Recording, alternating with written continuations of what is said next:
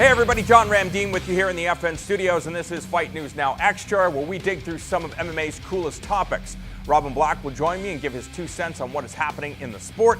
Making headlines today, Eddie Alvarez continues his feud with the Cesar Gracie team. Fight Pass signs a feeder promotion, and a former heavyweight champion is hoping for the next title shot.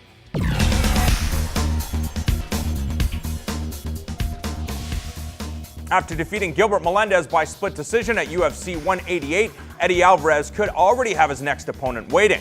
During the weigh-in for the event, the former Bellator champion told Nathan Diaz that he is next. Alvarez said that the Diaz brothers were always pleasant to him in the past, but Nate seemed very hostile during the lead-up to the co-featured bout in Mexico. UFC Fight Pass have just secured the rights to broadcast US-based promotion Titan FC. Their first event is scheduled to go down on July 18th and will feature 2 UFC veterans in the main event as TriStar pupil Mike Ricci tangles with crafty grappler Pat Healy. Titan FC 34 is tentatively scheduled to take place in Montreal.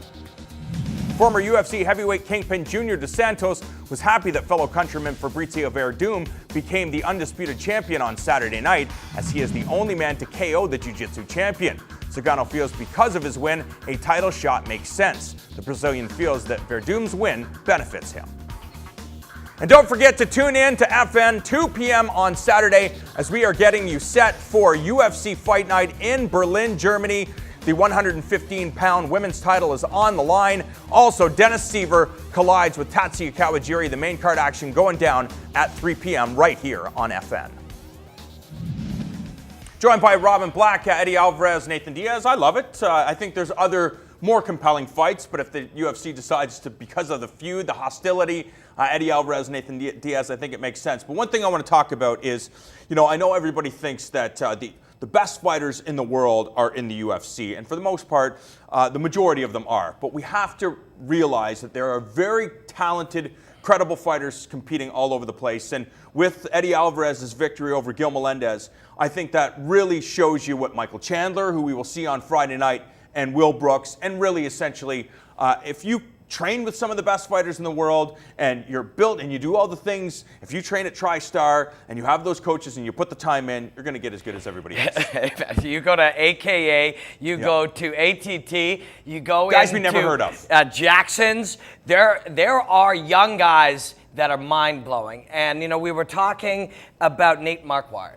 And I was talking last night, we went and did some Muay Thai at M1 Thai boxing out in Woodbridge, talking to Evan Boris, who was the kickboxing coach. And we were talking about Nate Marquardt on the drive home. And he says, we're looking at a guy in the twilight era of his career, and he will learn something new. He'll learn a foot movement, he'll learn a pattern or something. He'll be like, wow, I just became a better fighter. And that happens to older guys who have been learning at this level. A young guy will be 17 years old. He'll learn that from jump. He'll know those movements. The things he'll learn have always been in his noggin, from all the new stuff, all the up-to-the-minute current ways to fight and move and all these things. That are programmed into this kid from 15 years old. It isn't just that you know all this stuff. It's that you know it from the day one when you're fighting. That makes some young guys out there.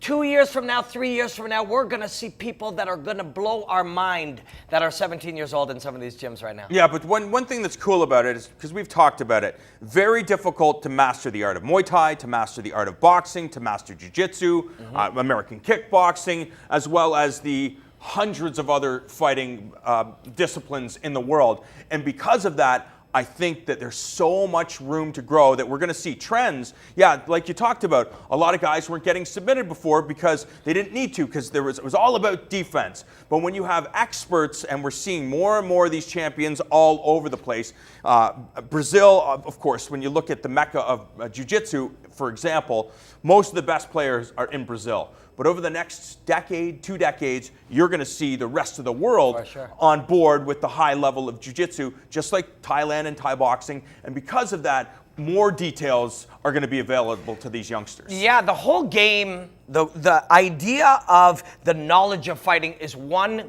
changing organism. It's one big thing.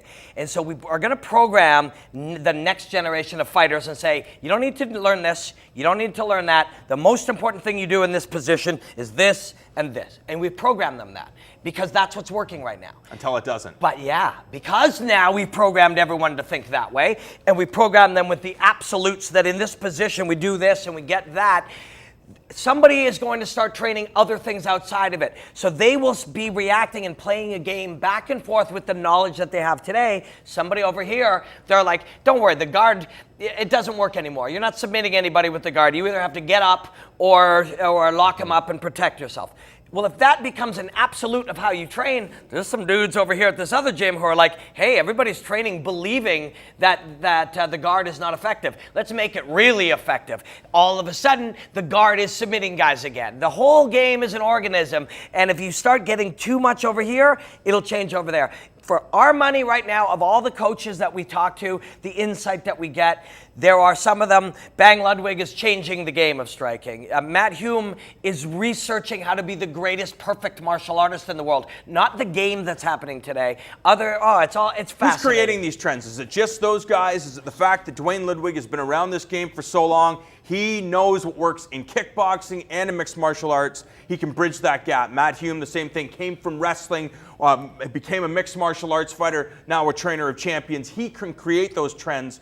But when it comes to the rest of the landscape, are we going to see more trailblazers in the future? Right now, winning creates the trends. If X, Y, and Z works, we all do it. And some coaches analyze it, and they do it. But then there are others off on this martial arts journey of perfection. Those are the guys that no matter what trend happens, they can win. And Matt Hume, Demetrius Johnson, they are that guy. You know, Faraz and his team are thinking along those lines as well. Bang Ludwig is thinking along those lines. Other people are on occasion going, that works, we need to do that. It's fascinating. The big picture of the game ever-changing. Our mixed martial arts dialogue will continue every single day. Don't forget, coming up on Friday, Bellator, Kimbo taking on the world's most dangerous man, Ken Shamrock. Don't go anywhere. More Fight News Now Extra is coming at you.